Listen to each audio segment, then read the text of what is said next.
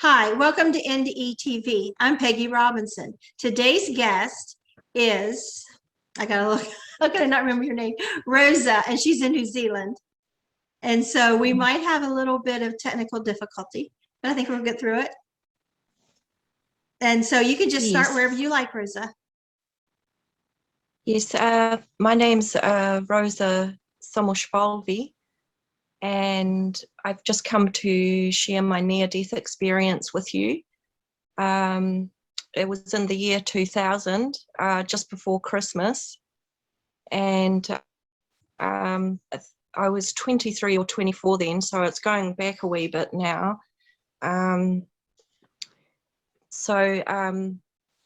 At that time, I was going through quite a hard time in life, and I'd been through something traumatic just before my near-death experience, and I just had this emptiness inside of me. And I remember my friend wanted to get in contact with me that I went to high school with, and we were about 14, 15 when we met each other. And her and her boyfriend said, we're coming to the West Coast and we'll come and visit you. And when they arrived, they offered me a drug.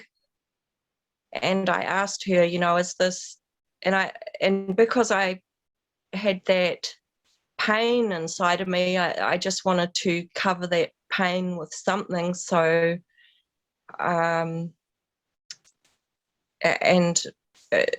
wasn't a drug user, as constant drug user. It was just like a recreational user sometimes.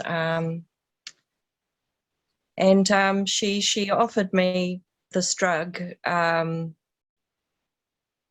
later when I researched the drug, I found out that actually she'd given me enough to kill about 9 people. So there was probably 9 doses in there, enough to probably kill 9 people. What they told me was it was a pretty harmless drug and you'll be okay, because I asked them if it was safe and if anyone had died from it. First, I wanted to know, is this safe, what they're giving me? And she assured me, you'll be okay. Not many people had died from this. It's usually from overheating. So she gave me like enough ecstasy to kill 9 people.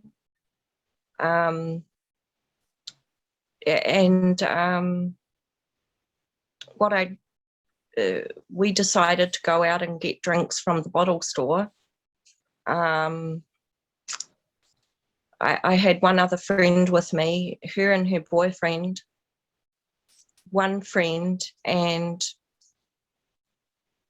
I had another friend turn up later on. We went out to the bottle store and she'd given me this tablet, but there's many doses in that one. Like what they gave me was the strongest dark purple tablet, and when I researched it, they had really they gave me more than one. When I got to the bottle store, I noticed my eyeballs, like everything was flashing like strobe lights. So my normal vision was flashing like strobe lights, and I knew there was something wrong there. She said, oh, you'll be all right, just put your sunglasses on. And we got home, and that's when I got really, really thirsty, and I went to the tap. I wasn't feeling well. I just drank and drank from the tap, like straight out of the tap, and then I started to feel really sick, and I felt like I had to go and curl away somewhere. I had to go and lie down, and by the time I got to the bedroom, I was feeling pretty sick. And so I lay down, and it went dark for a minute. And after that sort of darkness, it was like I curled up into fetal position, and everything went dark. And the next thing I saw was I was up on the ceiling. In the corner of the ceiling, looking down. Sorry, just a minute. Honey, you have to go out because I'm doing a video recording. So go out with Clara. I'll be out soon, okay, honey? Good girl, sorry. They're having a day off school because it's teachers only day. And yeah, but sorry about that. That's okay. My granddaughter did that to me the other night. Yeah. They're just watching cartoons. But what happened next was I was in the corner of the ceiling, sort of back by the door, and I was looking down. And I was looking down on my body, but I didn't connect it in myself that was my body. It just looked strange, sort of alien to me. And I could see that I was curled up in fetal position, and my friend was sitting beside my body, looking down at my body, though I noticed she gave no indication to do resuscitation. And I can see that my body skin color, the skin color of the body on the ground, was turning a dark color already. So the skin tone was sort of darkened. I could hear her thoughts. I could hear everyone's thoughts, in the afterlife. I could hear as if they were speaking audibly. So it's like when you step across the veil, the other entities can hear thoughts. So your spirit being, your soul, can hear everyone's thoughts on the other side, which was quite unusual. And I just heard her say, I better go and get something out of the car. And the next thing I knew, I just shot up at lightning speed. I was looking down and I was going up, up, up so fast. It was just incredible speed going up. And as I was looking down, I can see someone walking on the street. I can see like the roofs getting smaller, like matchboxes. And I just had this thought, how am I going to find my way back? And as I thought that, I came down beside a can in the front of my yard, and I thought I'd better go back in. And when I thought it, I was in the hallway. I was back in, and I went back into the lounge, and I sat down beside my friend, and for some reason I didn't click on that I was dead. Like, I just thought I was still alive. I was, it was strange because I didn't really understand that I had died. And I was sitting looking at her. She was in the lounge. You went way, as I say, I didn't see her. I'm sorry. You were starting to go up like in speed, but then was back. You were going like lightning speed. Was you going up? Yeah, I went up. Yeah, I went through the ceiling. I went through the ceiling of the bedroom, and I went up so fast. And I remember thinking I'm flying, It didn't strike me as strange. I didn't realize I was dead. I just thought, how am I going to find my way back? And I was a bit worried that if I go away from here, how am I going to find my way back? And the minute I thought that thought, automatically it brought me back down into my front yard, beside a can in my front yard by the washing line. And yeah, I found myself back inside when I thought, I have to go back inside. I found myself back inside, and then I found myself in the lounge with my friend who'd been beside my body before, who was thinking I have to go and get something out of the car. Yeah. And I was in front of her, and I noticed that her soul slightly came out of her body, and when her soul came out, I could see the silver cord that attaches us to life. And it was the most striking silver color, I'd never ever seen on this earth before. And it was, like lines of silver around her spirit soul. And that came out, and when I saw it come out, I was just taken aback at the beauty of that. And I says, wow, I saw your soul. And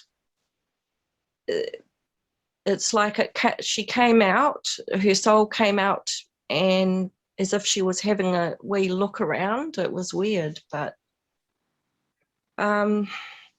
I saw that come out of her body, her soul, like that, then go back in. I says, wow, I saw your soul. Then I looked, because I was sitting facing her, then I looked around to the window, and from the window I saw meadows of lush green grass growing into my lounge, and at really rapid speed coming towards me. And it was just like it started small from the window, and then it just sprung out and started growing towards me, this lush green grass. And it pushed me out of the lounge, and I was just concerned at getting back to my friends. And I noticed as I was trapped out of the lounge, I was just outside of the doorway entrance of the lounge. It was like an embroic sack in front of the store, and like when I try and push in, it would just mold around my body. And no matter how hard I tried, it wouldn't let me back into the lounge. So I sort of look down at the grass, and I can see dewdrops on top of the grass, beautiful dewdrops. It was a real lush fluorescent type color. And I just continued trying to push in, but I only was able to push in to about there, and it just stopped me. And I believe that was the wall of my sin that was keeping me out of heaven. So the things I did wrong in this life created a wall which was impossible for me to cross in the afterlife. And I didn't realize I was dead, so I didn't realize the seriousness of what I was in. I thought I was still alive. It hadn't really struck me. Some NDEs, they see their body and they realize, oh, wow, I'm dead, I don't know if it was because I was in fetal position that I couldn't see, that it didn't really click on to me that I'm dead.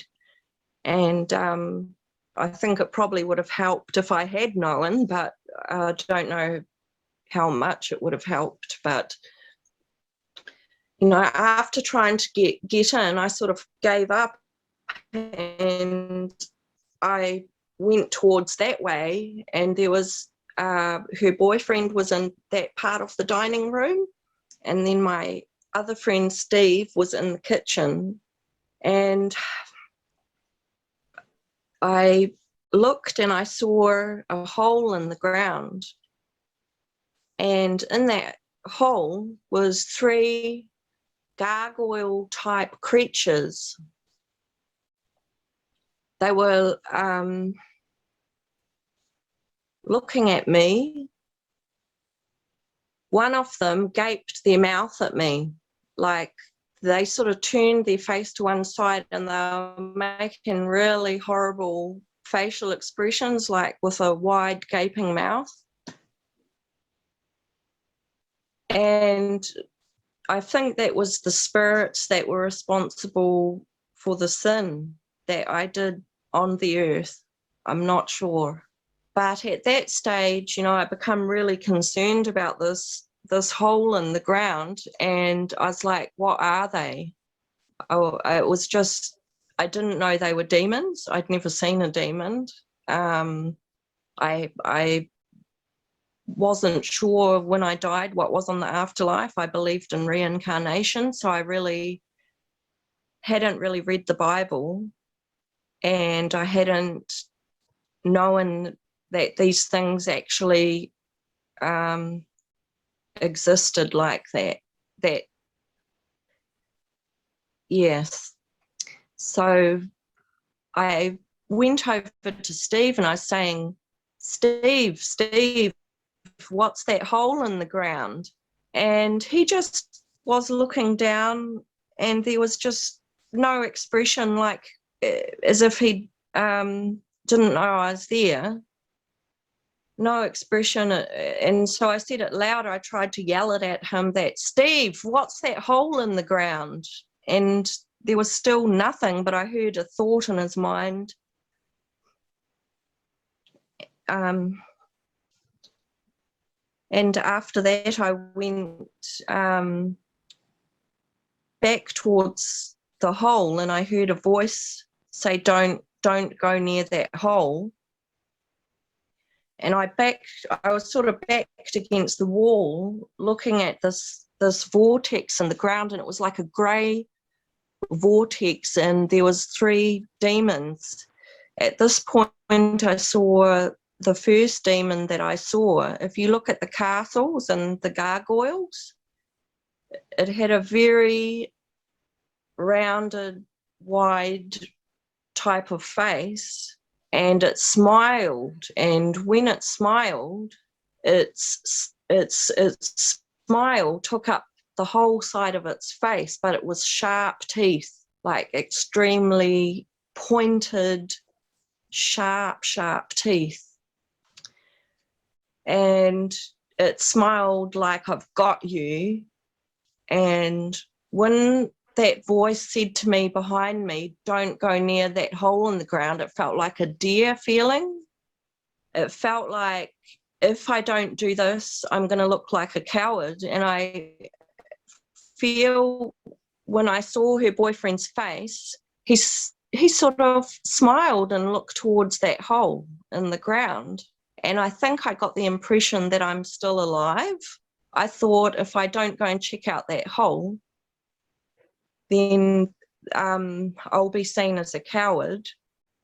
I don't know why I was thinking like this in the NDE. Like, I don't understand, but that's the way it was in my near-death experience, how I was experiencing things.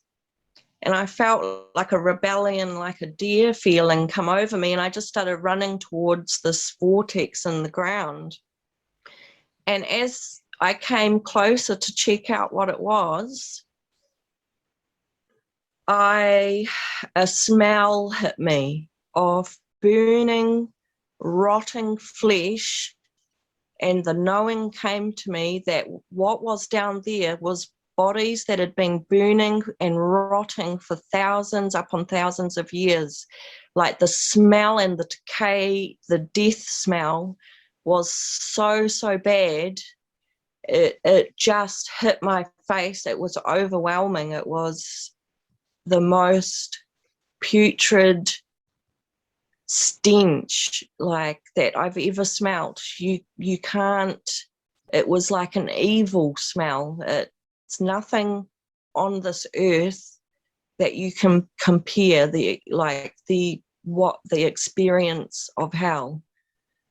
And when I smelt that rotting smell, I looked down, and I saw a web, and inside that web was these gargoyle creatures. They were all in the inside lining, like off the wall. And then I was just falling, and I don't know if I was snatched or I fell in, but I was falling. In the split second that I was falling, I looked up and I could see the light of earth, the beauty and the light of earth. And as I fell, I knew I had made the biggest mistake of my life, and I'd left the only safety that my soul had on earth, and I'd left my soul, I left my body in that house on earth, and I knew I had made the worst mistake of my life, and I was falling, and there was nothing I could do about it because I was falling so fast. And I just felt at that minute, it was like sharp dust hitting my face really, really fast, furiously. And I realized it was demons tearing away at my face. And I remember getting bitten by a snake, felt like a snake bite, and then I felt venom go through my body that was like so hot, and it was burning. It felt like acid, and the pain in hell was so bad because there's no pain barrier. You have a soul body. I think that's why it was so bad, but it got so painful that I thought, it's got to stop here. Like, the pain has to stop here on earth. You know, you get to a certain pain barrier and it stops, but this went way past that. It went way past that into torment. You know, it was just so bad, the pain in hell. And I remember trying to slow myself down on the walls, and I came to an opening, and I tried to climb up on that opening, and I saw a door on my right hand, and I saw a door on my left, and it was like a little mound in the middle, and there was like a little road behind, and I don't know what that was. I came to the first door and I opened it, and there was a huge demon, a huge creature. And that creature had these eyes that looked like it was like someone had pulled out its eyes and sort of tried to stick them back, and they were bulging, and it was like looking at fury, like it was angry, like ready to tear apart. And I just remember looking behind, I saw a valley of demons, like one next to the other, like you see zombies in a pack, and they were looking at the wall. And I remember thinking it was totally packed with demons in there. I remember thinking, I hope they didn't see me. Like, I was really hoping that somehow they didn't notice me. And with that, I tried to sneak away to the other door to try and get away. And no matter how hard I tried to open this door, like, it would only open a crack, and I just couldn't get in there. But I could see that once I saw what was inside, I knew, like, yeah, no, because it was dead grey. It was dead mists, like dead grey colours, mist in there. And at that, I had feeling I have to go. What if he catches up with me? I just had the feeling, get out of there. And I started trying to get away. And when I tried to get away, sorry, someone is walking up and down the hallway. I just don't really want my kids to hear this because it's not very nice. I understand. Sorry. We'll just wait for them to go. That's fine. Jim, would you mind getting a drink of water?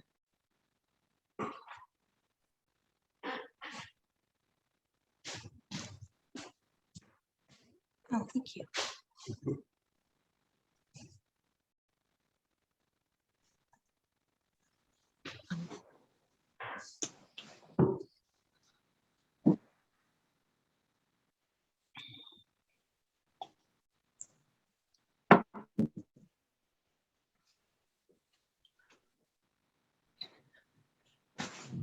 And as I was trying to get to where I climbed into, this demon caught up with me from behind,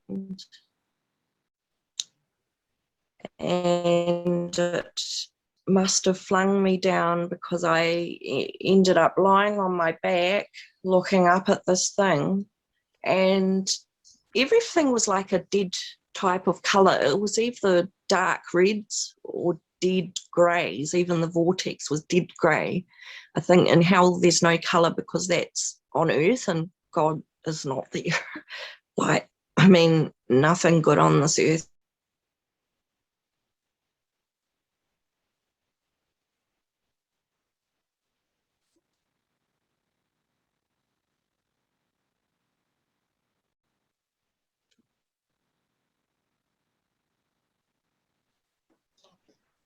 I'm sorry about that. Okay, don't worry about it. Sorry. It's okay. I hope it's not my Wi-Fi. It's okay, don't worry about it. And this demon, I mean, he was huge, and he just took his body and he lay on top of me, and I was just being smothered. So there was nothing I could see except his body on me. And I was just in complete terror, abject terror. What is he doing to me? What is he going to do to me? And then he got up and I ran. I jumped back down the tunnel of hell because I was so terrified of him. I didn't even try and climb back up the tunnel. I jumped back down into hell to try and get away from him. As I'm falling, I actually passed through a burn. It was just suddenly I was passing through a burn. And I think it was as I was nearing the center of the earth, I passed through the most horrifying burn, like being dipped into acid.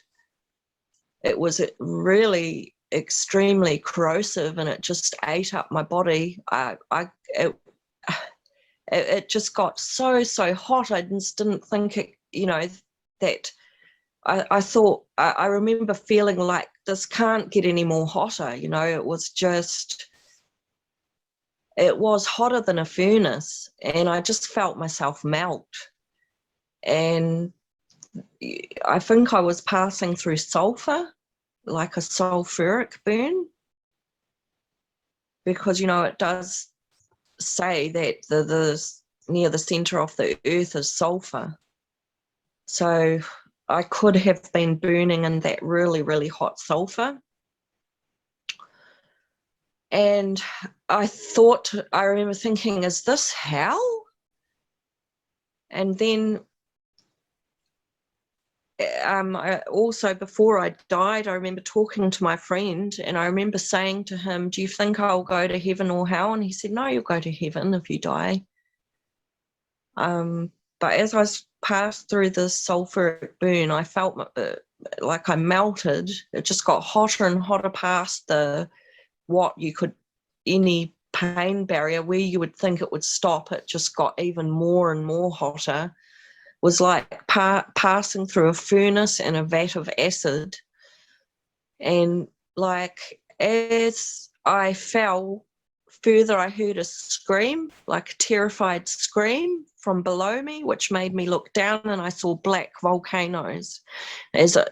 What was happening was I was nearing the entrance the actual hell.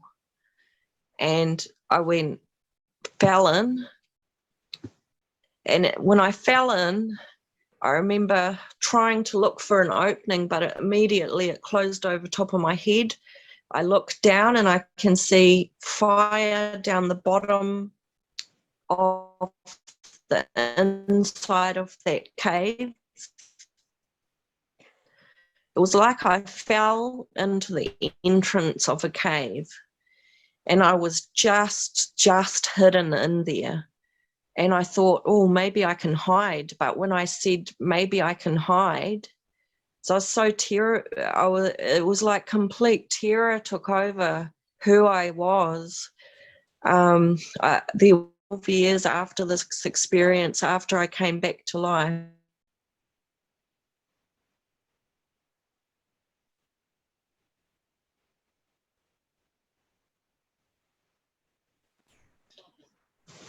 yeah, I was traumatized for 12 years after this experience.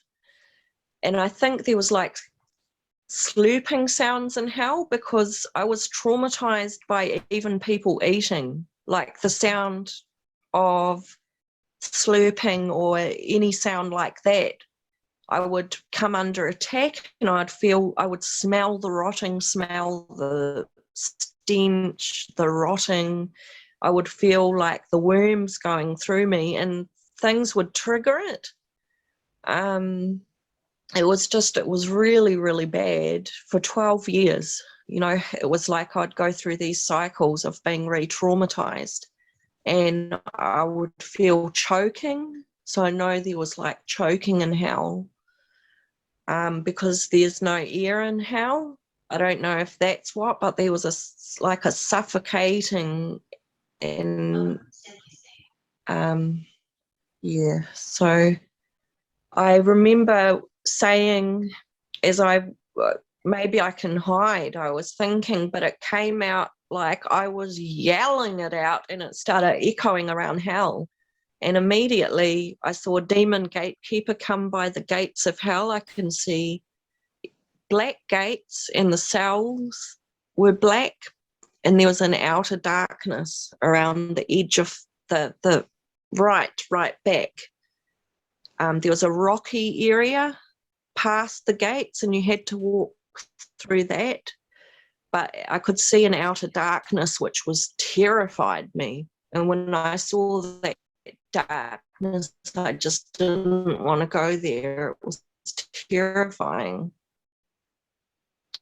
And this demon come rushing, hurrying over, and I thought maybe I can run, and I tried to sort of pass around. I tried to run by him, front wall, and the cave wall behind me came alive, and I was smashed, like I was smashed up. I went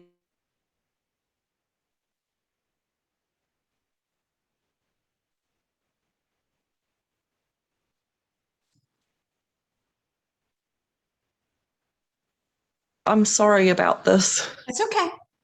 It's fine. I was smashed up and I was smashed up and smashed into the back of the wall, which threw me bang down in front of the feet of this demon. I was on my face, and it was like my soul and spirit would separate from each other for me to be able to see my soul's own destruction. And I saw myself at that minute. At that moment when I looked down, I could see what looked like a bronze person planted face down, like bronze, this color type bronze. Okay. And with really long eyelashes that like curled around, and they were planted into the ground, and no hair. It was like a bronze being, and it was like I was seeing what my soul looked like. And this demon said, if you don't come with me, I will skin your arms. And I said, I thought, are you kidding me? And and he sort of looked down like, yes, and next thing I had a demon on my left side skinning my arm, and he was sort of explained to me how he's going to skin my arm, and then after he was finished, he said, you have to look. And I was desperately trying to look away because it was terrifying to me what was happening. And when I looked, what I can see is the inside of my tendons. I can see all my tendons sticking out, and I could see that my body was blue.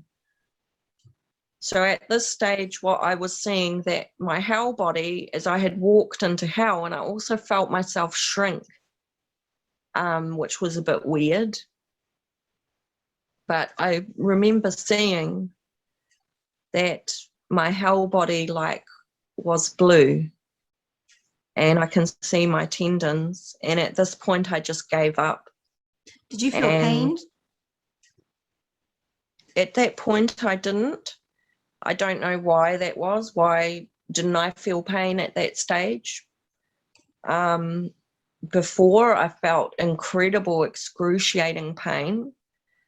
At this stage, I can't remember that it hurt. I was looking the other way and trying to not focus on what he was doing. I was scared of it, you know. I just saw that he had skinned my arm. I can see the tendons.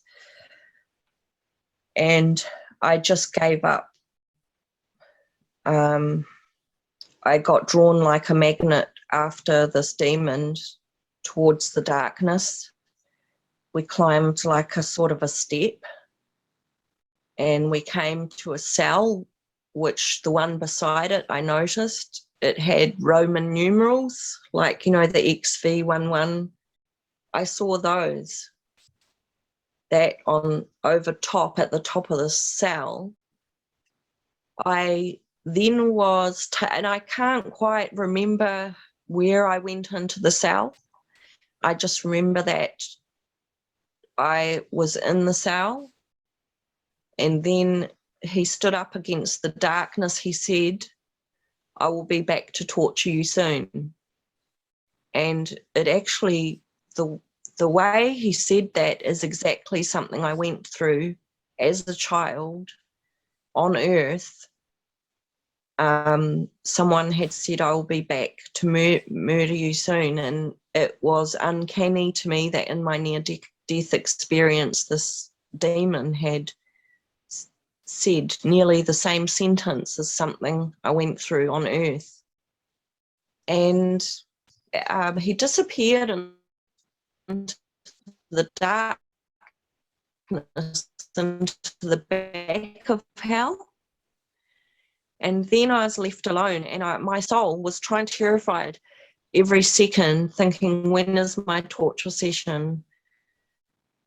When is he going to come back? I was terrified. I was trying to get in between the bars, and I found a lock key. And I tried it in the lock, and each time I turned the key, I heard a brick against brick.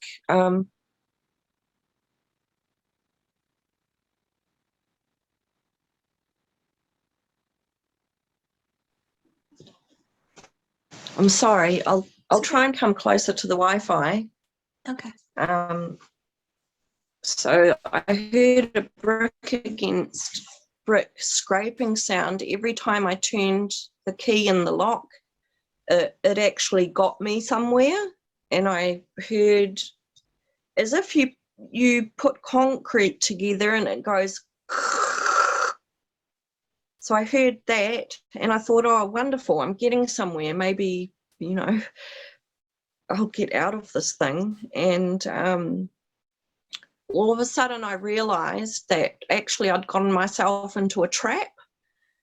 So I was teetering over the edge of a black pit, and in front of me was a darkness, and I thought, this is dangerous, this is not a good idea.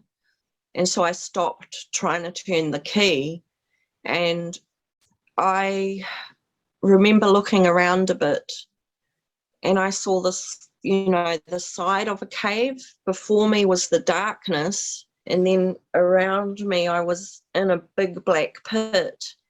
And on my right, I could see like earth, what I thought was earth, which later on I actually realized this wasn't earth I was seeing. It was like a beautiful, lush garden, and just everything in me wanted to go back there, back to earth. And I just, everything in me was wishing that I could be back there, but I knew you've blown your one chance on earth. It's over. You're stuck in eternity here forever. The one chance you had, you blew it. So that was, and I can feel this is going to go on forever. There was no such thing as time anymore. And I was in that darkness looking at it. And I remember clutching the bars and saying, God, please help me. And I remember waiting for a bit, and there was nothing, and there was no hope. You weren't able to hope in hell. And I just sort of gave in. Then I heard someone was arguing really loudly with, sounded like a demon's arguing with someone. And then they were arguing for my soul. Then I heard, it isn't her time yet. And at that point, death sort of took over my soul, and I got another flash, like my soul separating from my spirit to be able to see my own destruction. And like I saw that this darkness, death, had started spreading. I had no eyeballs. It was like the darkness, the outer darkness, the death there had gone inside me and was tormenting me. And it was starting to spread outwards through my body. And I was in an excruciating torment. And it was like I was dying. I can't really explain what I was feeling, but I know it was horrible. The whole feeling in hell is, imagine if you had been violated by someone and you can't wash the filth off you. You know, no matter how much you shower, you can't wash it off you. If you multiply that filth feeling like 1 billion times, that's what it feels like, with worms crawling through you. And I think for me, the feeling of eternity being lost forever, and that filth feeling of constantly being violated, but it was awful. It was like nothing I can explain on this earth, and I lived with that feeling for years after I came back to life. I wasn't the same, and it took me 12 years to recover from the trauma of it. So after that, Jesus came and unlocked my cell. He says, I heard a gentle voice, I've come to get you out. And everything became illuminated. I could see the cells. He let me out, and I just sort of fell through the front of the cell because it opened that way. The cells seemed to open that, I don't understand it, but it's as if he went around the back and opened it, and I fell through the front, so I don't understand that. But that's how that cell opened. What happened next was I saw row upon row upon row of black cells. I could see hell illuminated. The darkness had fled. In the presence of the light, it seems that the darkness flees. And I saw a rocky cavernous area in the front of me, and all the way as far as the eye could see, cell after cell after cell after cell, but those cells were empty. I don't know why, but they were empty. And I sort of walked out and I looked back one last time. I remember going around a bend and I saw someone burning in a cell. You know, in the doctor's office, you see those dummies. They just have the eyeballs and the muscle, no skin, no fat. And that's what I saw before me. Was a lady with just the eyeballs, or after her, it was my grandma. And I have to add that 2 weeks after my NDE, after I came back to life, is when I got a letter from my mum saying that my nana had passed away. So I got a letter from overseas because she lived in Hungary, and we had a shared NDE and we both went to hell at the same time. So She had that died I while you were find having your quite NDE? intriguing that people can have, yeah, she died of old age. And when when her skin regenerated and grew back, I noticed it was my grandma, and she was mouthing to me, "Help." And I went running towards her cell, and I just sort of climbed up on her cell and just trying to pull the bars and trying to get her out, and I couldn't. And then I heard a voice behind me, and I hadn't seen Jesus till after this, which I'll explain in a minute, but everything became illuminated, but I didn't yet see him. But I heard a voice, and the voice said, "I have the keys." First he said, "Sorry, you can't get her out." And I felt like, I just felt, my head just dropped, and I felt hopeless. I felt so horrible for her that I didn't want this to be her fate, and I was really worried, because how can I leave? How can you leave your grandma? Yeah. family in hell? Yeah. Is she someone you would think that would go to hell? I mean, is she a bad person?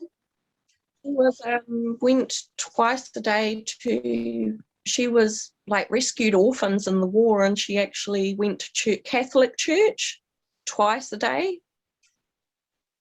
Was it? Oh no, sorry, once a day, I think.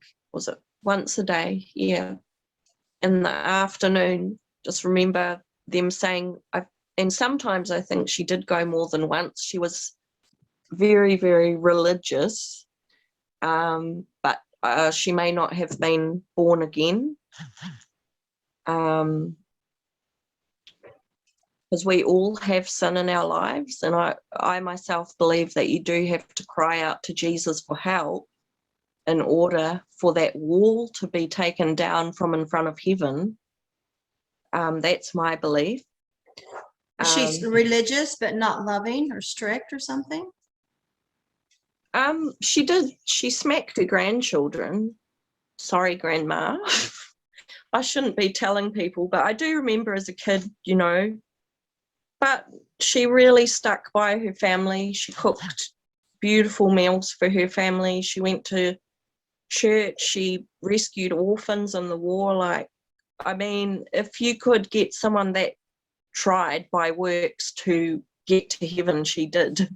I mean, I really think, like, she'd had one husband that she stayed with, and when he died, she never got remarried. Like, she tried to live, I think, a Christian life, but she worshipped the Virgin Mary, and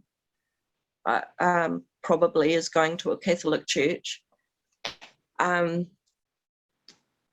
mean, she would give them a smack on the bottom if they were naughty, but no, I don't think she was like violent or anything like that way, violent, mean, but she tried to obey the commandments. She didn't like it if people had sex out of marriage. Like, I remember her really hating that.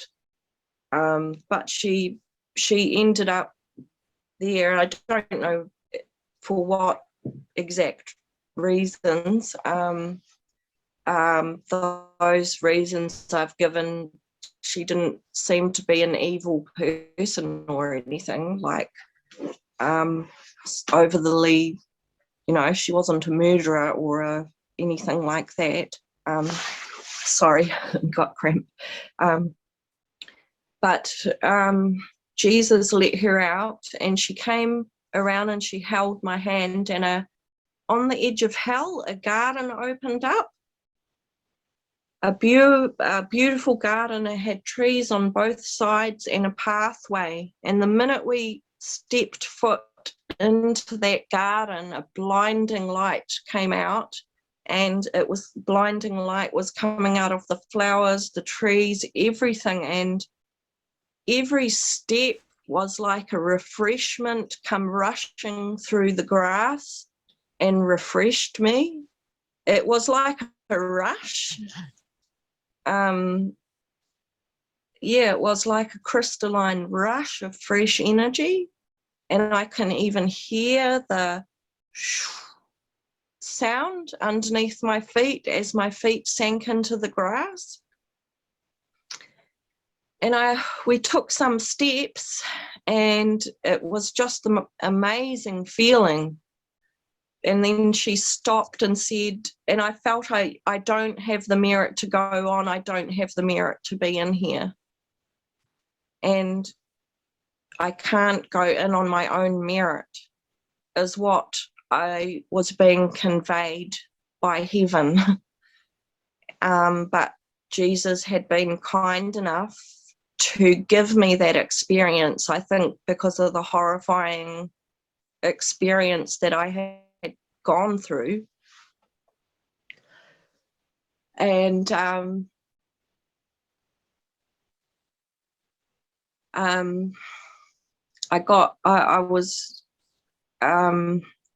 think I may have tried to scratch her hand. I said, why? And I was quite stressed out.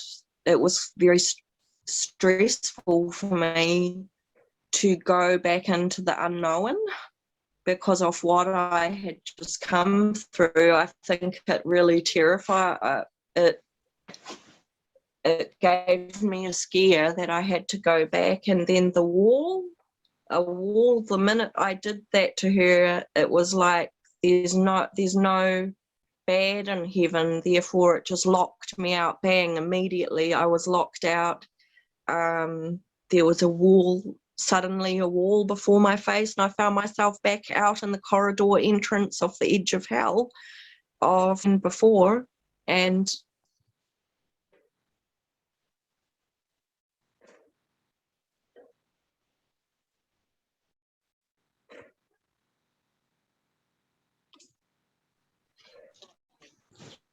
I'm really sorry about that, Peggy. I'm sorry I got cut off again. To my right, I saw a ball of bronze fire, and this fire was like refined bronze, and there was lots and lots of little flames making up this bronze fire, but it was sparkling. It had a real beautiful look about it, not like a fire that will burn you. It was really a pretty fire, and through the fire, I saw in his right hand, the fire started to subside. I saw stars in his right hand. And I was wondering, what are those stars, you know?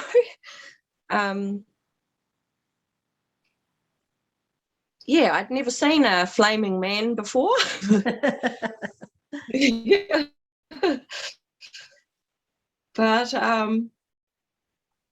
you know, and I think it was actually quite traumatizing, because you don't see things like this on Earth, and then suddenly you're thrust into a supernatural world of wow. You know, it's either really, really bad or it's really, really good. You know, there's no in between, and we're used to normality on Earth. We're used to this just normality, you know, no out there wow. You know, nothing like that. So it's quite a shock for suddenly your soul to be plunged into this type of world. And I saw Jesus, and as the flames subsided, I saw he had really jet black hair, and I saw him in his glorified form. Later on, I had read the Bible and found what he looks like in the Song of Solomon, jet black hair. There's a song about him, the fairest of 10,000. I didn't find all of this till later on, because I wasn't a Christian then, but his feet are refined bronze, and that the stars were the churches. He holds the churches in his hands. So it sort of explained to me what I had seen then. But his he had like horseshoe moustache, but it was perfectly groomed. Like everything about him was immaculate, meticulous, perfection. His skin was like his face was like lightning. It was that color, and his skin like ivory. The light that came out of him was like lightning. But what I first saw was he's looking down very serious, because he was getting ready to do a judgment. And he did he looked down very seriously. And the more I looked at him, the more and more beautiful he became. Like, he was the perfect man, God, but he was perfection. And the more I looked at him, the more beautiful he became, to the point where I said, wow, he's so handsome. And the minute I said that, I was sort of blown back and sort of placed standing facing that way, and onto my side. He just got on with it, and he was looking at a reel. It looked like a film reel, but I didn't get to see that film reel. He just reviewed the reel, and then he suddenly started coming over, smiling a huge smile, breaking forth in lights, and he was just full of joy over me. He had lightning flashes of like lights just breaking forth out of his face, out of every part of his being, till there was such a blinding light. It was almost like I was having to turn my face. It was being pushed to the side, and I was trying to talk to him, and he was trying to talk to me about my life, but I couldn't look at him because he was so bright. And also my feet hit my knees, both of my knees hit the ground so hard I could hear them. Like, I actually heard my knees hit the ground, both of them. and I was before him, and he was flashing blinding lights, and he turned down the light so I can talk to him, and he tried to show me the infinity sign, which goes around and then joins back, and like that was coming out of both sides of him in a lightning colored light. He was trying to show me I'm the Alpha, the Omega, the beginning and the end. I have no beginning. He was trying to show me I am eternity, that I have no beginning or end. I feel that's what he was trying to convey to me, that I am God, but none of this clicked to me because I'd never learnt the Bible. I had never really studied much on the afterlife. I was involved in being a Hare Krishna. But when I was a Hare Krishna, I heard an audible voice saying, you put no other God before me. And so I left the Hare Krishnas. You know, there's points in my life I heard his voice, but I really didn't know who Jesus was. I'd never read or knew anything about him. I didn't know that this is God. Like, I think it was all such a shock to me. It took me, my death, was quite a surprise, a shock. I didn't know, I wasn't able to put it all together and what was happening to me. But he sent me back to earth, and as it was like I fell out of something that at that stage was held up in the sky, because when I came out of that area, I saw my house. I was falling from the sky, sort of floating slower this time.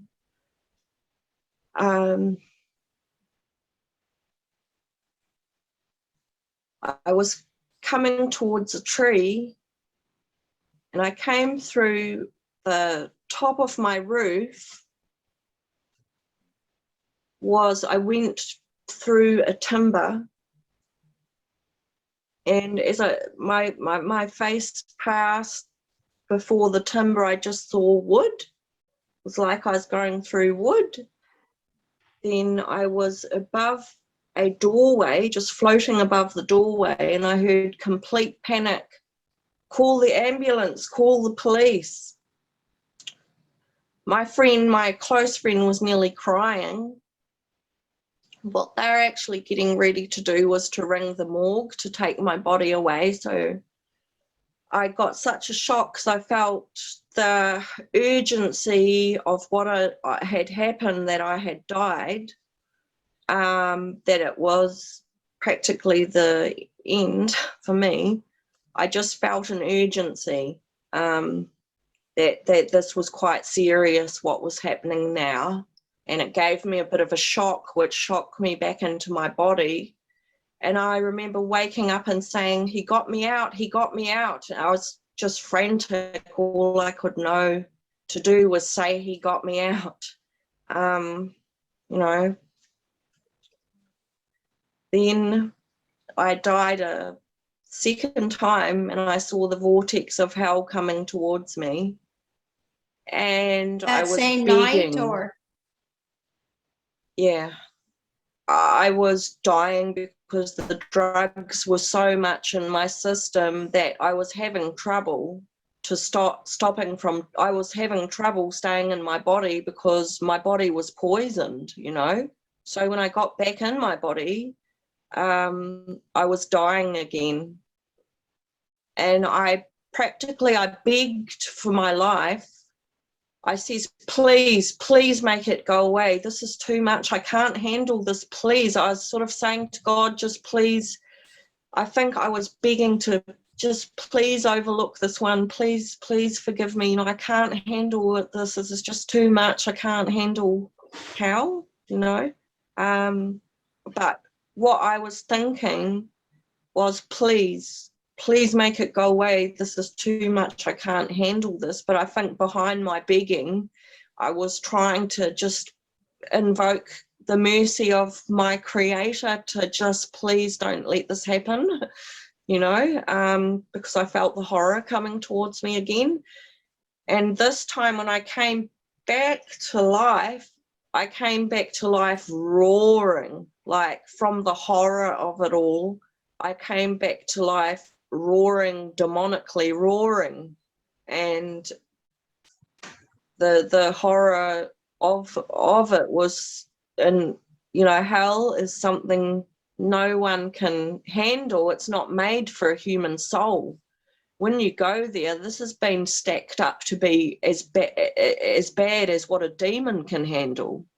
Our bodies aren't made to handle that level of torment. That's why it says it's not made for man, because it's stacked up, the torment is stacked up to be as horrific as for a demonic fallen angels.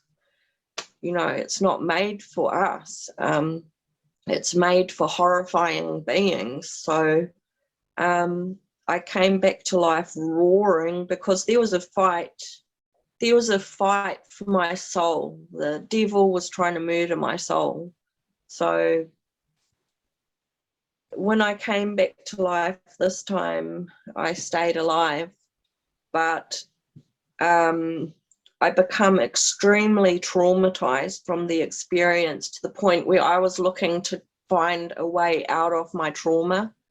I was looking for spiritual answers to find a way out of my trauma, as best way I can explain it. And I think to this day that an angel came to me.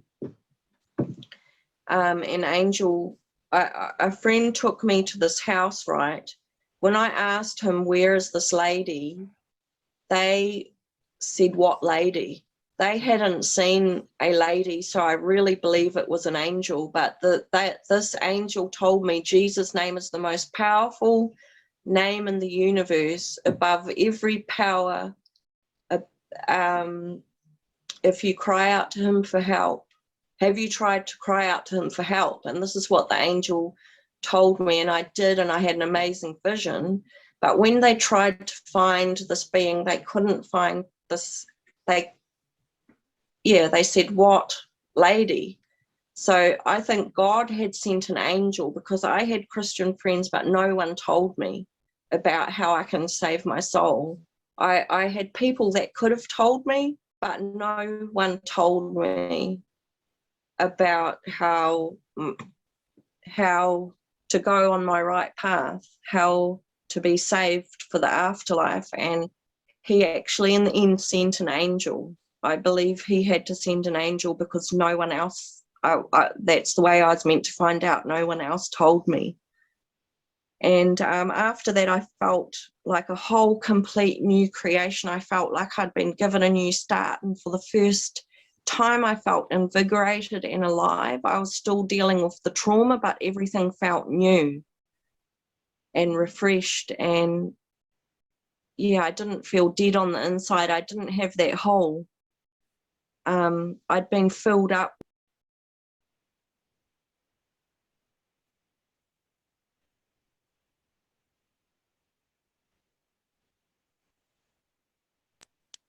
Had been filled up with his presence, yeah.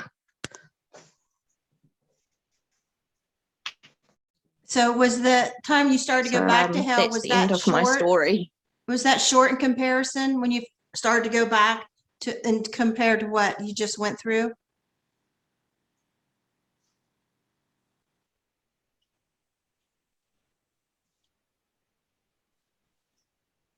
Yes, yes.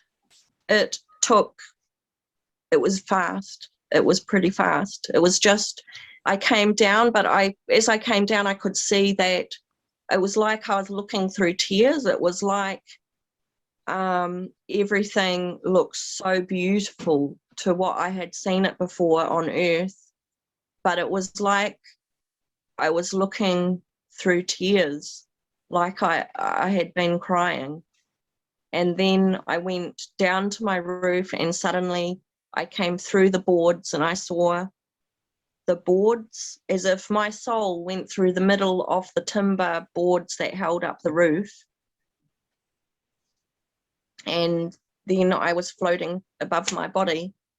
I still don't understand why I wasn't resuscitated, and it could have taken quite a long time. By the time they did, my other friend found my body, it could have been quite a while, I don't know.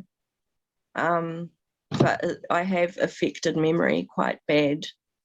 So Because if I'm of under this? any type of, I'm not sure if it's because of this. I think, I mean, I have connective tissue disorder. I get quite ill lately, so it could be related to my illness, but I did, after that, I had real trouble with remembering things that I should remember after, because they didn't take me to an ambulance, like they didn't get me help after. They tried to cover it over, so I heard them saying, don't tell her, and then they just took me out to party, like, yeah, they all, yeah, just, yeah, it had a really bad effect on me though, you know. How about the memory of the Really bad experience? effect. Have you had trouble remembering it, or is it separate from your memory problem? No, it just seemed to get clearer with time. So I remembered it, but I pushed it away. I didn't want to. It was too horrifying for me for a long time to cope with, because I was still coping with the post-traumatic stress. And every time I would remember it, I would push it away. So I remember asking,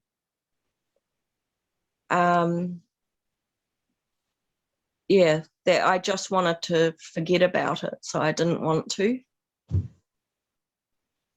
So it was there, but I kept pushing it away. So I didn't want to deal with it.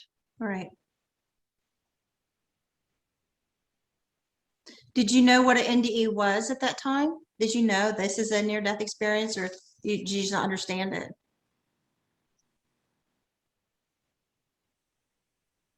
I don't think I fully understood till later what had happened, because I was so busy dealing with my post-traumatic stress and the horror that I was going through it. I hardly survived that. It was really a battle from day to day for me to survive the symptoms of what I was going through. Which was, I'm sorry, what was you going through? I'm sorry. Do I know? Severe post-traumatic stress. I was experiencing what I experienced in hell for 12 years. Oh. Panic attacks. I would be choking. I'd collapse on the road. I couldn't breathe. I couldn't go into public places. I felt worms crawling through me. I felt rotting. I smelt rotting flesh, waves of rotting flesh smell coming over me.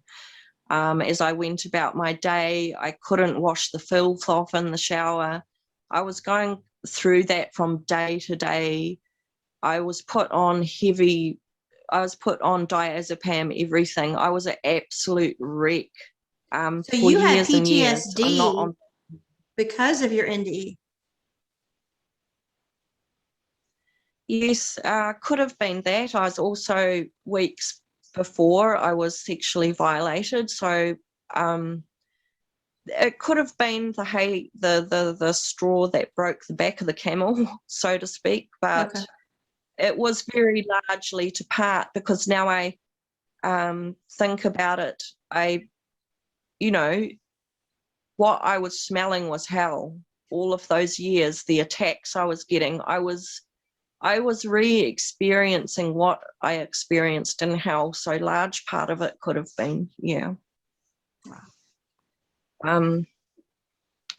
I mean, imagine trying to sit still when you can feel worms crawling all over your legs and all over you know. When was you able to I start talking about it? Hmm? When were you able to start talking about this experience? Was you able to right away tell people what happened, or? No, I didn't talk about it till years later. Yeah. I kept remembering it, but I would push it away. I didn't want to know about it because what I'd been through was so horrifying. When I was a lot more well and I wasn't feeling those symptoms, is when I was able to actually remember properly and think. I was able to go over it without being traumatized by it. I feel like once I got the healing, I was able to go over it without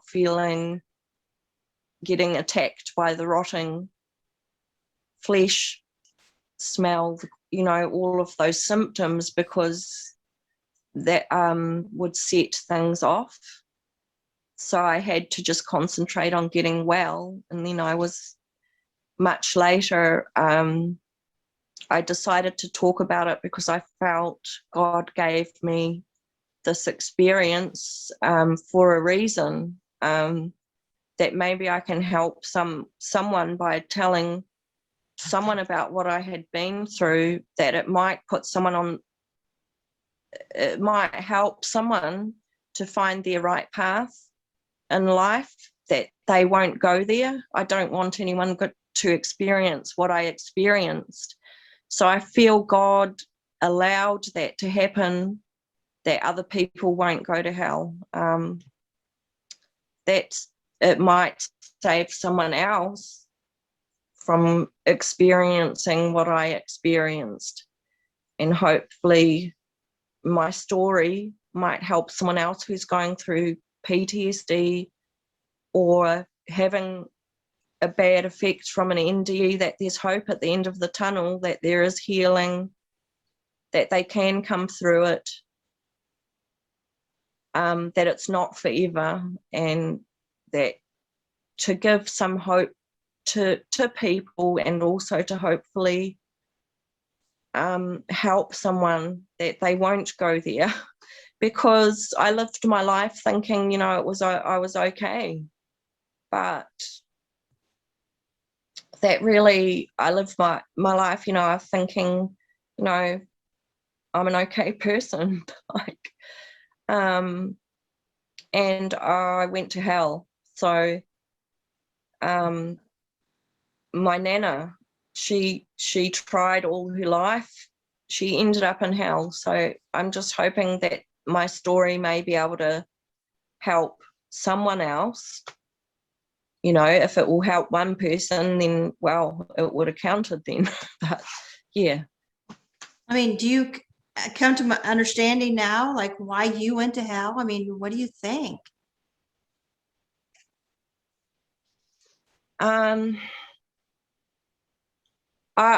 Me sitting here talking about hell, I can't explain to you. I can't explain to you the horror of what I went through. I can understand, unless they've been through it themselves, what But I hell. mean, like, why? Like, why did I go to hell? Like, have you found an answer to that? Like, because you weren't. People go to hell. I believe people can go to hell for even if they've told a lie. I believe you actually have to cry out to Jesus for help, to have the cross joined into the timeline of your life, and then his sacrifice washes away your sin, washes away the wall that was between you and God, because we all do something wrong. It's possible to go to hell as a good person, ultimately God judges, we can't judge, but I do believe sin's dangerous to our soul. The only thing that can wash it away is the blood of Jesus, the sacrifice of Jesus. So when you cry out to Jesus for help, he joins across, because our timeline of our life is like a line. And like if you get married to anyone else, their line gets joined in with yours and becomes one. When he joins the cross into that line, it washes it like silver. So it actually, before you have that cross in there, it is like ink shot into water. That's what it looks like. After you have the cross, it continuously washes away for the rest of your life your sin, and he helps you to lead a better life. Hi, say hi. You want some mommy time, do No. you? Well, thank you so much Sorry. for coming on and sharing your story. Is there anything else you want to add? I know you got to watch what you say in front of your daughter. Thank you for having me on. You're welcome. Yeah, I really appreciate it, and I'm sorry I took so long. I've just been so busy and I get really tired sometimes. Yeah, that's okay. Yeah. It's okay. All right. Well, enjoy your life. Enjoy that little cutie back there. And thank you for coming on. Yeah. Bye-bye. Okay. Thank you. Bye-bye. Bye. Thank you. Oh.